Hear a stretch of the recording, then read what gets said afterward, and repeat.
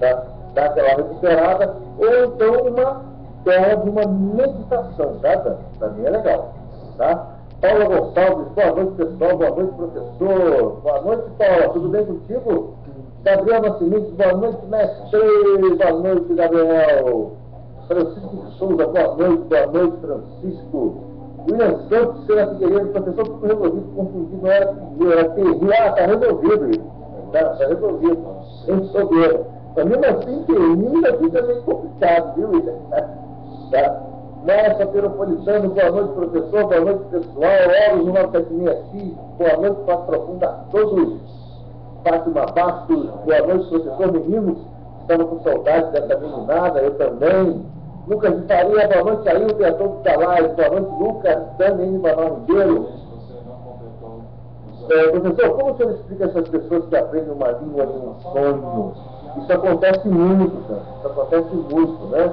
Porque o nosso subconsciente, ele está aberto, né? E segundo aí diversas pessoas que trabalham com isso, que estudam isso, pelo subconsciente é muito mais fácil você aprender coisas.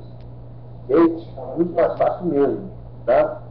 Elielson Cabeiros, boa noite, professor, boa noite a todos, boa noite, Elielson, dando outro reflexo aqui, para ver os comentários aqui, vamos lá.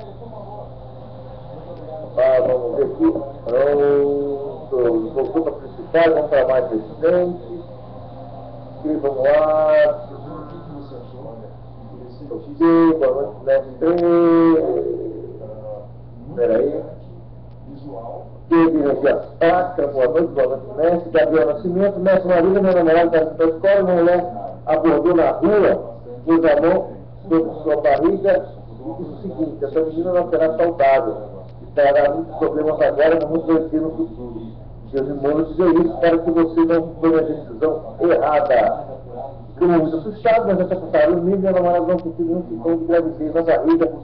A barriga não cresceu o seu ciclo menstrual normalmente e ela fez o teste negativo, porém a mãe sonhou com frequência feminina. Olha, eu vou te dizer, Gabriel, existe uma menina no caminho, não quer dizer que vai ser agora, daqui a 6 meses, mas que existe uma menina no caminho, tá?